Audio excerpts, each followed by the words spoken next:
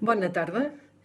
Com que us llegiré una faula de Jean de La Fontaine, vull explicar-vos una mica qui és aquest escritor. Joan de La Fontaine, que va néixer a França, és un escritor del segle XVII, conegut sobretot pel seu recull de 243 faules. Aquestes són uns escrits breus que tenen sovint els animals com a protagonistes. El nom ve del llatí fabulare, que vol dir parlar. Tenen un objectiu didàctic. Volen ensenyar una lliçó i acostumen a acabar amb una moralitat. El proper any farà 400 del naixement de La Fontaine i entre totes les seves faules les més conegudes són La cigarra i la formiga, La llebre i la tortuga, El lleó i el ratolí i El corb i la guineu.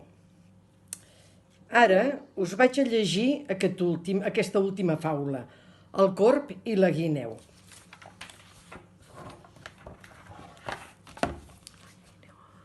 Dalt d'un arbre hi havia un corb que duia un formatge al bec.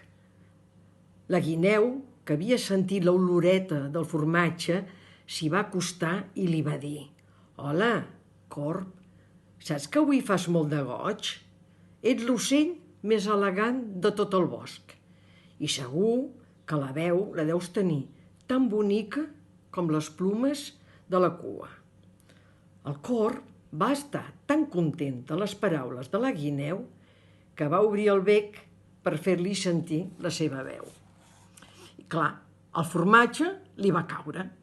La guineu es va afanyar i va replegar-lo i va dir: «Estimat corb, avui has après una cosa.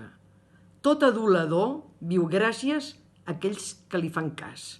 I va afegir: «Per haver-te ensenyat aquesta lliçó, em mereixo un formatge». I el corb, tot avergonyit, va prometre que mai més no li prendrien el menjar de la boca.